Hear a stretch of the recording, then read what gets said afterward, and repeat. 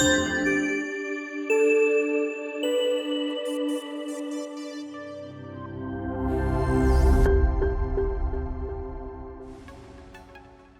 you're part of the podcast platform in any way, shape, or form, more than likely, you have growth on your mind. You want to grow your podcast by any means necessary. You want as many eyes and ears on your podcast each and every time you produce a new episode. If you're hosting and producing your own podcast, growth means you're opening up a world of new opportunities for you and your brand. If you're guesting on podcasts and you're lending your expertise to established shows, you should be just as obsessed with growth as those hosts and producers, because every time a new listener filters into that podcast, that's another opportunity for your message to be heard. Now, there are a lot of factors that go into growing a podcast, and each and every podcaster has their own reason for wanting to grow. But there's a very important factor that we're going to talk about today that you need to have at the top of your priority list each and every time you sit down to produce a new podcast episode.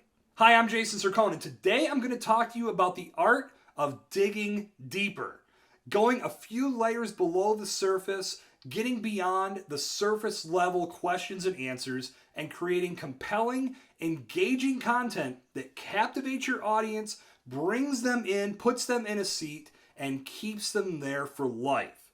If you truly want to grow your podcast, your content has to be compelling, it has to be engaging, and it has to give your audience a reason to tune in each and every week. So today we're going to talk about how you can make that happen. So to kick things off, let's talk about why your content needs to be so compelling. Put yourself in your listener's shoes.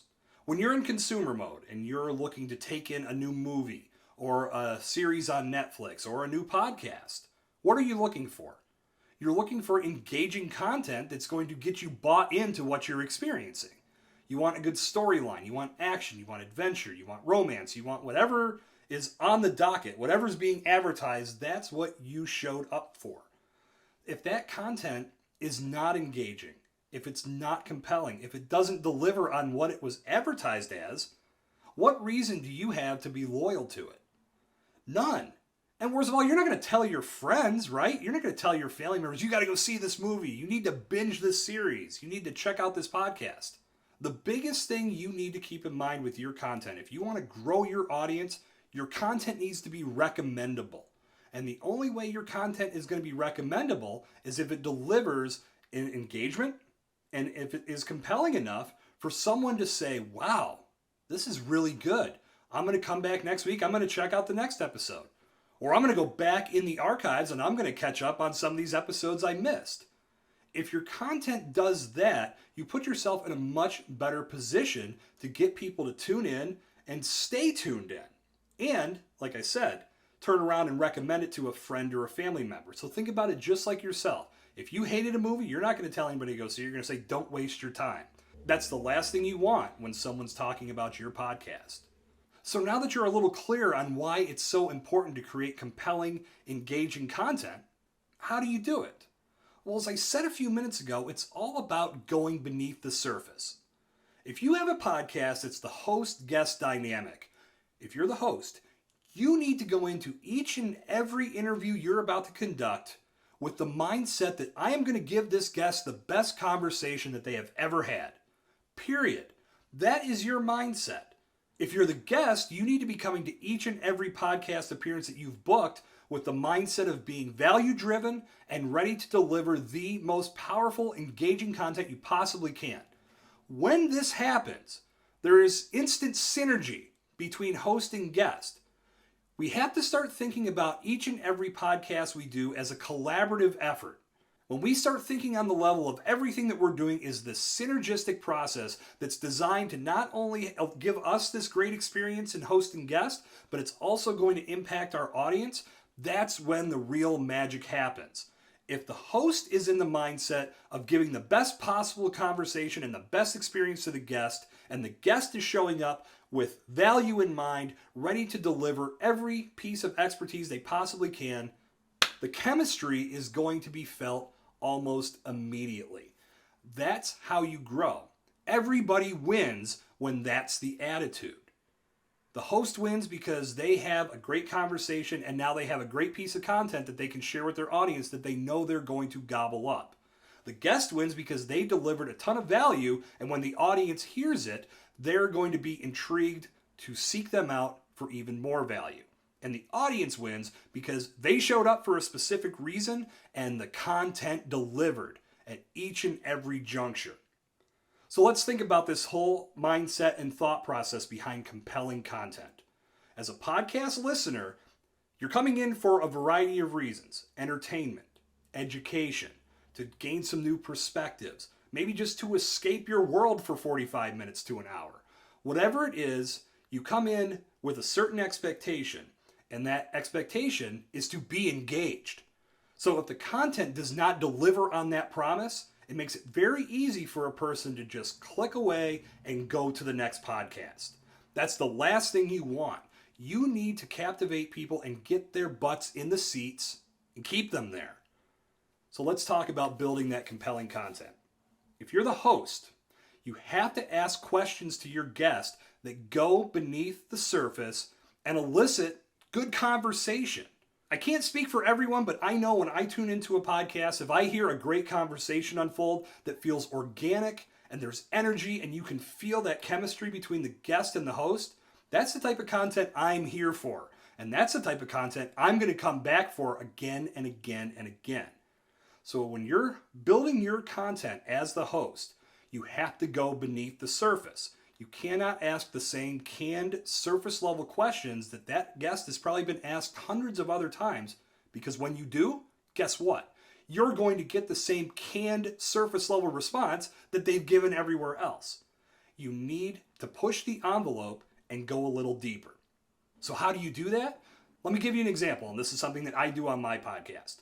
If I have an author as a guest, more than likely that guest has told their story and talked about their book on a number of different podcasts. When I have them on my show, I have about a 45-minute to 1 hour window. My goal, as I said, is to give them the best conversation and the best experience they've ever had on a podcast. Am I going to achieve that every time? Probably not, but that's my mindset. I have to be thinking that what I'm creating is absolute gold, and everybody that consumes this is going to think it's the best podcast ever. It's a high expectation, but it's where your mind has to be to create this compelling, engaging content. So I have this author in front of me. If I ask the question, tell me about writing your book, more than likely they've answered that question 1,000 times, so they're going to provide the same canned response. If listeners follow that author around to other podcasts and they hear the same thing over and over, what reason do they have to stay tuned into your show? This is just going to be another interview with Joe Author. But what if you ask this question of Joe Author? During the creation process of your book, when you were getting everything down, was there ever a point that you were just so frustrated or hit with writer's block that you just wanted to hit the delete button and start the whole project over again? That question digs a little deeper. A lot of times, and I've had this happen, authors have laughed and said, wow, no one's ever asked me that before. Let me tell you a story. In the conversations I've had with authors in that creative process, there is a lot of frustration. And if you've authored your book, you probably know what I'm talking about. So this gives them an opportunity to open up and tell a story that they may have not told before.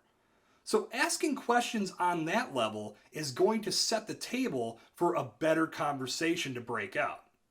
Now, on the guest side, how do you help create compelling content when you're the guest? This is where the magic can really happen. With one-sheets and media kits and different online profiles that you may have for your podcast guesting efforts, most of them give you an opportunity, or they should, to have suggested expert questions that you can provide to the podcasters. Podcasters can then use these questions to build a format that caters to your expertise. The more interesting and compelling these questions are, the better the conversation is going to be on your podcast. For me, I don't treat these as suggested questions. I call them conversation starters. When I provide these questions to a podcaster, when they ask those questions of me, I'm going to give a response that's going to hopefully spark a good conversation. My goal is that the host takes a cue and starts asking follow-ups to those, because I'm going to provide an answer that elicits that. This is how good conversation breaks out, and this is how you're going to make a compelling experience for every listener that tunes in. When they hear these great conversations taking place, it's going to tell them, this is why I'm here. This is exactly what they advertise. I learned something. I felt something by listening to this.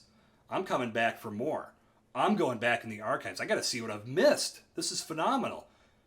Joe, come here. You got to hear this podcast. This is what you're aiming for. And having those powerful conversations is what's going to make it happen. So to summarize, digging deeper, going beneath the surface. When you're the host creating your show format and you're putting questions in front of you, go deeper. Ask questions that are going to elicit a powerful response, and don't get hung up with just asking a basic surface level question unless you want a surface level answer that does not lead to the engagement you need to truly grow your show. When you're the guest, on your one sheet, on your profiles, do not waste this precious piece of real estate. Use that section to have conversation starting questions that you can provide to any podcaster, and when they ask you, it's going to elicit a powerful response that leads to an engaging conversation that the audience can gobble up, enjoy, learn from, feel transformed, and when they hear it, they know they've found their podcast. And they're going to come back next week, and the week after, and the week after that.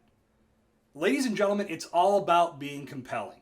There are so many podcast options in the world today that if your show does not stand out and have this type of content, you're giving your listeners a reason to go listen to another podcast.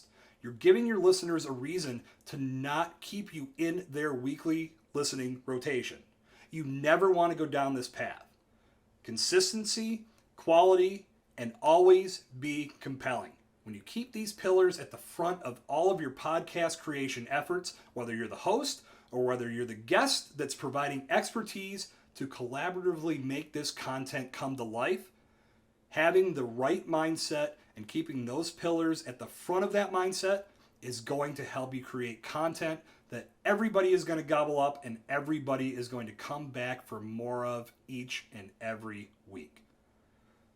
Today's biggest lesson: go beneath the surface, learn to dig a little deeper, and always focus on being compelling. Thank you very much.